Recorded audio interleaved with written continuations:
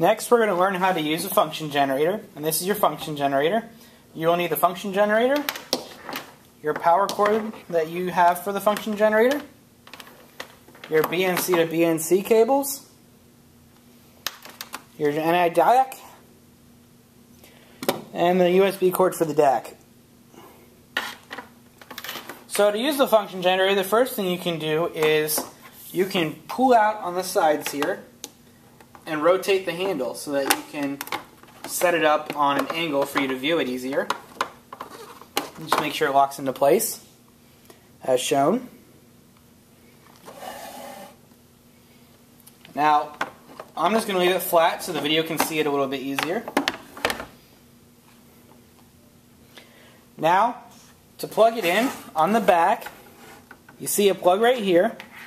You just take the plug you have for your electrical cable and plug it in. Then you plug the other end to the wall. And then to turn it on, you hit this green button on the left.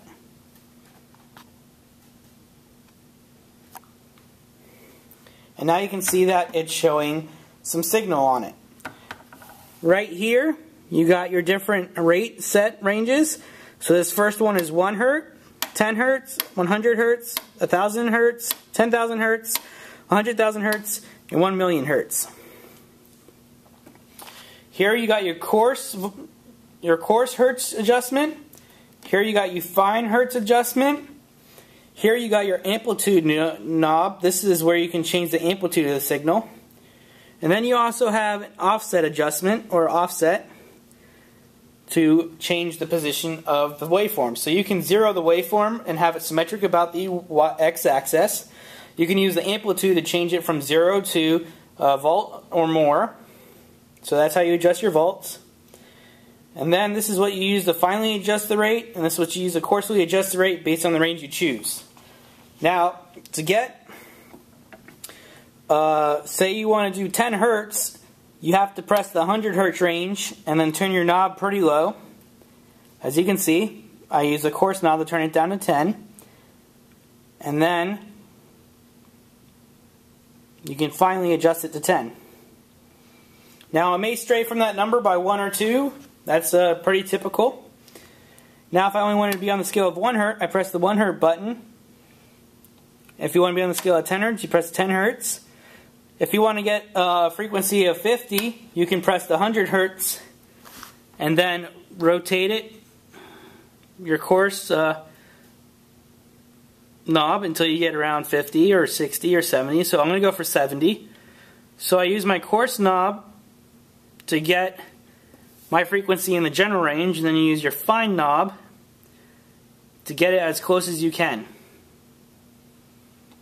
So it may be 69.99, it may be 71, something like that.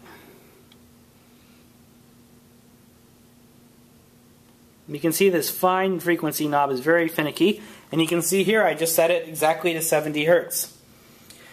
Up here on the top right, you can change the type of function. The far right one is the sinusoidal, middle is triangle, and left is square wave. And whenever the button's pressed in, that's the one that you've selected. Now to output the signal from the function generator, you take your BNC to BNC cord, shown here, then you plug it in to this bottom right port that says 50 ohm output. You connect one end of it to there, and then you connect the other end to your DAC channel. And then you connect it to your USB port and to the computer.